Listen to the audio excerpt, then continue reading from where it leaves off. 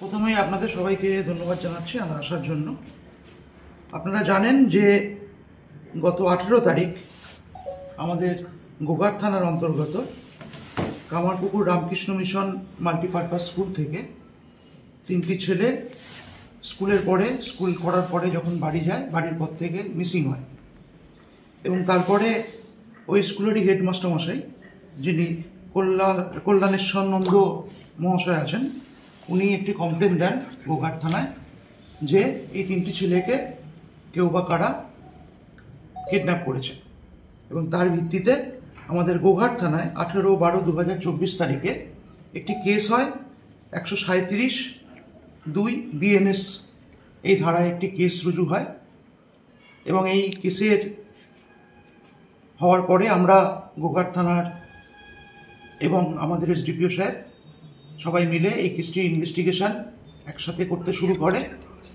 এবং প্রথমেই আমরা যেটা করি সেটা হচ্ছে এই যে 3টি ছেলে কিডন্যাপের যে অভিযোগ এসেছিল, এই 3টি ছেলের ছবি আমরা বিভিন্ন SDPO যে আমাদের ফেসবুক পেজ আছে সেখানে এবং বিভিন্ন থানা সমস্ত জায়গায় আমরা প্রকাশ করি যে এই 3টে ছেলে আমাদের কামারপুকুর অঞ্চল থেকে কিডন্যাপ হয়েছে এবং সমস্ত থানায় ইনফরমেশনটা যায়। এবং ইনফরমেশন যাওয়ার পরে আমরা বিভিন্ন রকম CCTVগুলো খতিয়ে দেখি, তারা কোন দিক থেকে গেছে, কিভাবে গেছে, কোথাও বাসে উঠেছে নাকি বা অন্য কোনো গাড়ি ধরেছে নাকি, এই যাবতীয় জিনিসগুলো আমরা খতিয়ে দেখি। তারপর আমাদের কাছে ওই 18 তারিখেই একটি খবর আসে 7:30 নাগাদ যে 3টে ছেলেকে শেওড়াফুলি স্টেশনে দেখা গেছে একসাথে। তো এই সূত্র ধরে আমরা শেওড়াফুলি স্টেশন, তার পার্শ্ববর্তী এলাকা, বিভিন্ন ট্রেন, ওখান থেকে ট্রেনগুলো বিভিন্ন কোথায় কোথায় যেতে পারে সম্ভাব্য সেই সমস্ত একটি তালিকা তৈরি করি এবং বিভিন্ন জায়গায় আমাদের বিভিন্ন সোর্স লাগাতে শুরু করি যে ছেলেগুলো কোথায় যেতে পারে।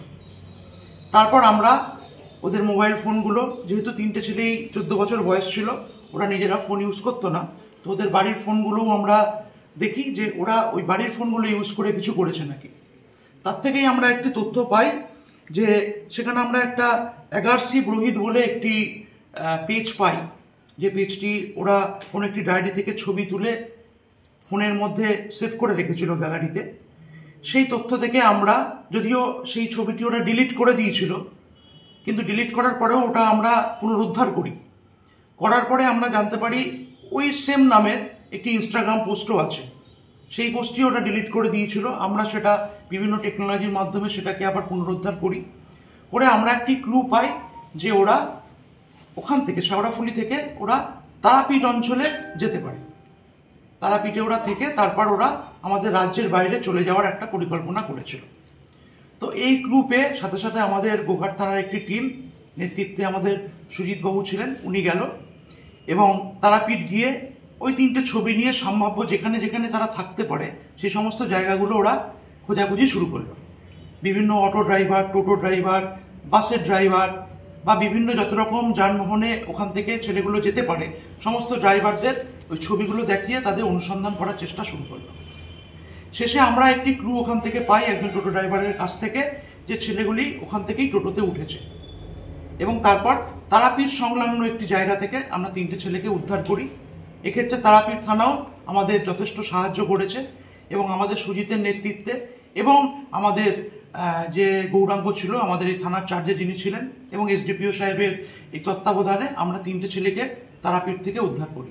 এবং পরে জানতে পারি যে ওরা ওই তারাপীঠেই রাত্রি 18 তারিখ রাত্রিবেলা ওখানেই ছিল মন্দিরের বাইরে শুয়ে, এবং পরের দিন ওরা ওখান থেকে চলে যাওয়ার চেষ্টা করছিল সুরাট অঞ্চলে। সেখানে ওদের কাছে যেটা হয়, 14 বছরের সবাই খুব কম বয়সী ছেলে, ওরা মোবাইলের এবং বিভিন্ন যে সমস্ত মোবাইল সংক্রান্ত বিভিন্ন টেকনোলজির তার হ্যাকিং বা অন্যান্য কিছু শেখার জন্য ওরা নাকি ওই তারাপীঠ অঞ্চল থেকে সুরাটে চলে যাওয়ার চেষ্টা করছিল। তো আজকে ছেলেগুলোকে আমরা আজকে ভোরবেলা নিয়ে আসা হয়েছে থানায়। আনার পরে আজকে ওদের বিচারকের কাছে পাঠানো হয়েছে ওদের গোপন জবানবন্দি নেওয়ার জন্য। নেওয়ার পরে আমরা যেটা কোর্টের যে অর্ডার হবে সেই অনুযায়ী আমরা ব্যবস্থা নেব, তাদের বাড়িতে তুলে দেওয়া হবে বা হোমে দেওয়া হবে সেটা ডিসাইড হবে। এবং আমরা আজকে এটা অনুসন্ধান করব যে এই 3টে ছেলে কিসের টানে সুরাটে গেছে, বা ওদের কেউ কোনো প্রলোভন দেখিয়েছে নাকি বা এই 3 জনের নিখোঁজ হওয়ার পেছনে অন্য কারো হাত আছে নাকি সেটা আমরা ইনভেস্টিগেশনে এবং ওদের সঙ্গে আরও কথা বলে এবং যাবতীয় জিনিস সেটা আমরা উদ্ধার করার চেষ্টা করব। তবে এটা গোঘাট থানা আমার যে অফিসার ছিল সুজিত, গৌরাঙ্গ এবং এসডিপিও সাহেব, এদের সকলের অক্লান্ত প্রয়াসে আমরা 24 ঘন্টার মধ্যেই এই 3টি ছেলেকে আমরা উদ্ধার করতে পেরেছি। এটা গোঘাট থানা তথা আমাদের হুগলি রুরাল জেলা পুলিশের একটি বড়তর সাফল্য আমরা বলতে পারি। সাহেব, যেটা একটা ছেলেগুলো না, যেহেতু আমরা ইনভেস্টিগেশন পারপাসেই এখান থেকে তারাপীঠ থানায় গেছি, এটা আমাদের থানাই নিজেদের উদ্যোগেই গেছে, এটার জন্য কারো কোনো খরচা বা কিছু ব্যাপার নেই।